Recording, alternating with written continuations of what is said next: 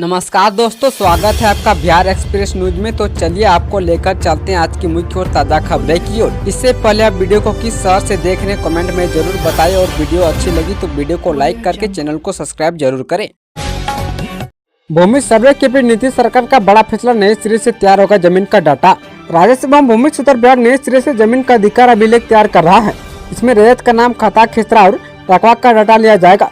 इसके अलावा हवाई एजेंसी द्वारा खसरा नंबर सहित विशेष सर्वे नक्शा में ऑनलाइन पंजी 2 से जमाबंदी संख्या और जमाबंदीदार का नाम लिया जाएगा।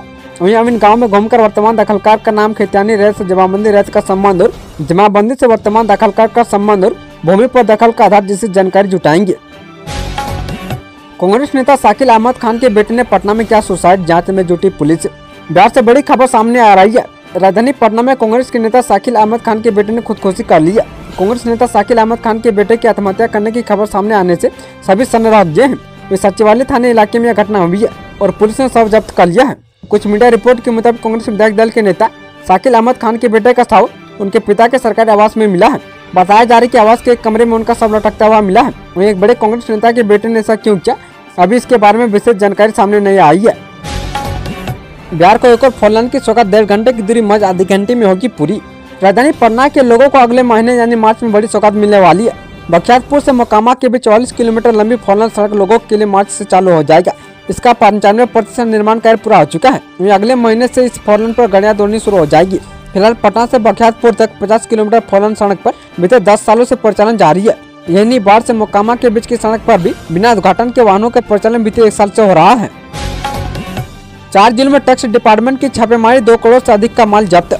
राजधानी पटना से 4 जिलों के 10 दुकानों पर कमर्शियल टैक्स डिपार्टमेंट की टीम ने औचक निरीक्षण कर करीब 6.5 करोड़ रुपए की बिक्री को छिपाने और 2.5 करोड़ रुपए का बिना स्टॉक का सामान पकड़ा है। बीते दिन यानी रविवार को विभाग के सचिव सह आयुक्त संजय कुमार सिंह के निर्देश पर अलग अलग जांच टीमों ने निरीक्षण किया। वहीं कमर्शियल टैक्स डिपार्टमेंट की टीम ने पटना के 5, गया के 3 और दरभंगा एवं जहानाबाद के 1 दुकानों की जाँच की। जानकारी के अनुसार कमर्शियल टैक्स डिपार्टमेंट के जांच के घेरे में पान मसाला, हार्डवेयर, ड्राई फ्रूट, ऑयल एवं स्टील की बिक्री से जुड़े दुकान शामिल थे। बिहार के इन 5 स्टेशनों पर जल्द मिलेंगी हाईटेक सुविधाएं। बिहार में अमृत भारत स्टेशन परियोजना के तहत कई महत्वपूर्ण स्टेशनों के पुनः विकास का काम तेजी से चल रहा है। इस परियोजना के तहत यात्रियों को आधुनिक और विश्व स्तरीय सुविधाएं देने का लक्ष्य रखा गया है। इनमें से गया, मुजफ्फरपुर, मोतिहारी, सीतामढ़ी और दरभंगा स्टेशनों का 15 से 55 करोड़ रुपए की लागत से कायाकल्प किया जा रहा है और जल्द इन स्टेशनों पर हाईटेक सुविधाएं मिलने शुरू हो जाएंगी। अब हर गांव तक पहुंचेगी पक्की सड़क। बिहार में 25,000 किलोमीटर रोड का होगा निर्माण।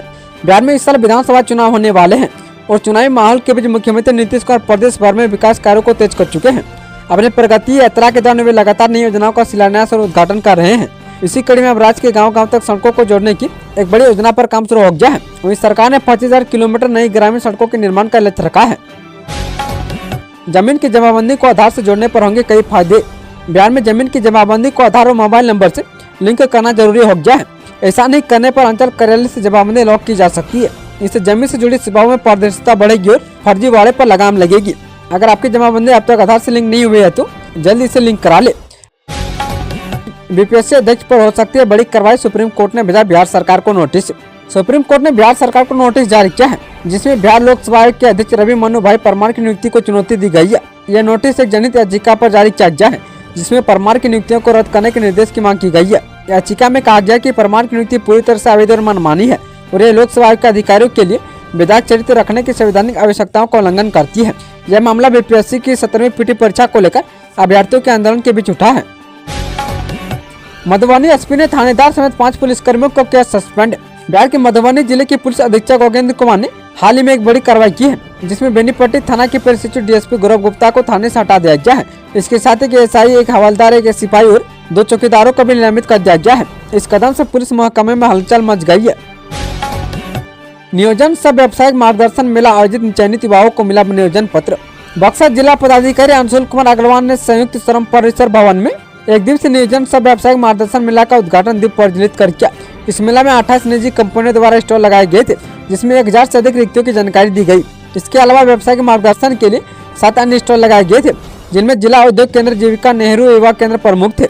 इस दौरान चयनित लाभार्थियों को नियोजन पत्र का वितरण भी किया गया। उद्घाटन समारोह में जिला पदाधिकारी ने युवाओं को संबोधित करते हुए कहा कि यह मेला युवाओं के लिए एक सुनहरा अवसर है। उन्होंने युवाओं से अपील किया कि वो इस अवसर का पूरा लाभ उठाए और अपने करियर की दिशा तय करे। मधुबनी में मौलाना की पिटाई पर भड़के तेजस्वी यादव। मधुबनी में मौलाना की पिटाई को लेकर तेजस्वी यादव नीतीश सरकार को जमकर खरी खोटी सुनाई। इसको लेकर उन्होंने कहा कि पुलिस के डीएसपी और अन्य पुलिसकर्मियों ने एक अल्पसंख्यक व्यक्ति के बेरहमी से पिटाई की, वह भी बिना किसी वजह के। इसी कारण हम पीड़ित परिवार से मिलने आ गए। ये बेनीपट्टी में कोई पहली घटना नहीं है, इससे पहले भी कई गंभीर वारदातें हो चुकी है। बिहार में मजदूरों के बच्चों का स्कूल में एडमिशन करे सुनिश्चित, एसएस सिद्धार्थ ने डीएम को लिखा पत्र। बिहार में अब मजदूरों के बच्चों का स्कूल में एडमिशन होगा। ईंट भट्टा और सड़क निर्माण कार्य में लगे मजदूरों के बच्चों का नामांकन नजदीक के विद्यालय में कराने का निर्देश जिला पदाधिकारियों को दिया गया है। इस संबंध में शिक्षा विभाग के अपर मुख्य सचिव डॉक्टर एस सिद्धार्थ ने सोमवार को सभी जिलाधिकारियों को पत्र भेजा है। पत्र में यह भी कहा गया कि ईंट भट्टा के मालिक भी ऐसे बच्चों का नामांकन सुनिश्चित करेंगे। राहुल गांधी 18 दिन में दूसरी बार आएंगे बिहार। बिहार में विधानसभा चुनाव 2025 को लेकर विपक्षी दल कांग्रेस ने तैयारी तेज कर दी है। लोकसभा में विपक्ष के नेता एवं कांग्रेस सांसद राहुल गांधी चुनावी साल में एक बार फिर बिहार दौरे पर आ रहे हैं। राजधानी पटना में 5 फरवरी को दिवंगत पूर्व मंत्री जगलाल चौधरी की जयंती पर आयोजित कार्यक्रम में हिस्सा लेंगे। आगामी विधानसभा चुनाव को लेकर राज्य के नेताओं के साथ उनकी बैठक भी हो सकती है। राहुल गांधी का 18 दिनों में दूसरा बिहार दौरा है। बीते 18 जनवरी को वे पटना आए थे और संविधान सुरक्षा सम्मेलन में हिस्सा लिया था।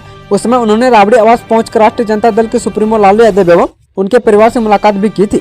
पटना के श्री कृष्ण मेमोरियल हॉल में दिवंगत स्वतंत्रता सेनानी एवं पूर्व मंत्री जगलाल चौधरी की जयंती पर बुधवार को कांग्रेस की ओर से कार्यक्रम आयोजित किया जाएगा।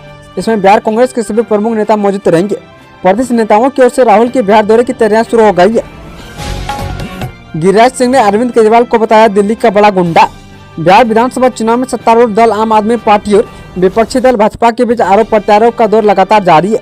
दोनों ओर से एक दूसरे पर गुंडागर्दी करने के आरोप लगाए जा रहे हैं। आप के मुख्य अरविंद केजरीवाल की ओर से भाजपा पर लगाए गए गुंडागर्दी के आरोपों पर जोरदार पलटवार करते हुए भाजपा सांसद गिरिराज सिंह ने केजरीवाल को दिल्ली का सबसे बड़ा गुंडा बताया है। बीजेपी के टिकट पर विधानसभा चुनाव लड़ेंगे power star Pawan Singh. Bhojpuri singer और अपने प्रशंसकों के बीच पावर स्टार के नाम से फेमस पवन सिंह एक बार फिर चुनाव लड़ने की तैयारी में है। सूत्रों के मुताबिक वो इस साल के आखिरी में बिहार में होने वाले विधानसभा चुनाव में बीजेपी की टिकट पर चुनाव लड़ सकते हैं। हालांकि पवन सिंह को बीजेपी ने लोकसभा चुनाव में आसनसोल से टिकट दिया था, लेकिन उन्होंने वहां से चुनाव न लड़कर बिहार के काराकाट से निर्दलीय उम्मीदवार के तौर पर चुनाव लड़ा था। इस पर बीजेपी ने उन्हें पार्टी से निकाल दिया था, लेकिन कयास लगाया जा रहा है कि पवन सिंह एक बार फिर चुनाव से पहले बीजेपी में शामिल हो सकते हैं। दिल्ली में 3 महीने के लिए लॉकडाउन जाने वायरल पोस्ट का सच। दिल्ली में लॉकडाउन को लेकर सोशल मीडिया में एक पोस्ट तेजी से वायरल हो रहा है, जिसमें दावा किया जा रहा है कि राष्ट्रीय राजधानी में 3 महीने के लिए लॉकडाउन लगाया जाएगा। पोस्ट इंस्टाग्राम पर वायरल किया जा रहा है। अगर वायरल पोस्ट की सच्चाई जाननी है तो वीडियो को लास्ट तक देखें। वायरल इंस्टाग्राम पोस्ट में लिखा गया कि आज रात 10 बजे से दिल्ली में लॉकडाउन होगा और आगे लिखा गया कि यह लॉकडाउन पूरे 3 महीने का होगा। दिल्ली में लॉकडाउन को लेकर वायरल पोस्ट पर पीआईबी फैक्ट चेक की टीम ने काम किया। पीआईबी ने बताया कि एक इंस्टाग्राम पोस्ट में दावा किया जा रहा है कि दिल्ली में 3 महीने के लिए लॉकडाउन लगाया जाएगा, जो पूरी तरीके से फर्जी है। बिहार का रेल बजट 10 साल में बढ़ा 9 गुना से अधिक। बिहार का रेल बजट पिछले 10 सालों में 10 गुना बढ़ा है। 2009 से लेकर 2014 में बिहार का रेल बजट जहाँ 1132 करोड़ रुपए था, वहीं 2025-26 में यह बढ़कर 10,066 करोड़ रुपये हो गया है। फिलहाल राज्य में 86,458 करोड़ रुपए की लागत से नई पटरियां बिछाने की 57 परियोजनाओं पर काम चल रहा है। वहीं 2014 से अब तक 1832 किलोमीटर नई रेल पटरियां बिछाई जा चुकी है, जो मलेशिया के पूरे नेटवर्क के लगभग बराबर है। सोमवार को दिल्ली रेलवे भवन से आयोजित प्रेस कॉन्फ्रेंस में दी। इस दौरान उन्होंने कहा कि लालू यादव के दौरान से 9 गुना अधिक काम मोदी सरकार ने किया, जिससे राज्य में रेलवे का नक्शा ही बदल गया है। बिहार में इस दिन से लौटेगा कनकनी का दौर। आज 9 जिलों में घने कोहरे का अलर्ट। बिहार के मौसम में आंशिक बदलाव होने का पूर्वानुमान है। अब दिन और रात के तापमान में वृद्धि होने की संभावना है। आईएमडी के अनुसार अगले 3 से 4 दिन तक न्यूनतम तापमान में 2 से 4 डिग्री सेल्सियस की वृद्धि होने के आसार है। इसके बाद तापमान में कुछ गिरावट होगी। आईएमडी के अनुसार 8 फरवरी को पश्चिमी विक्षोभ सक्रिय होने की स्थिति बन रही है। हालांकि 8 फरवरी को आने वाले पश्चिमी विक्षोभ का असर बिहार के मौसम पर पड़ सकता है।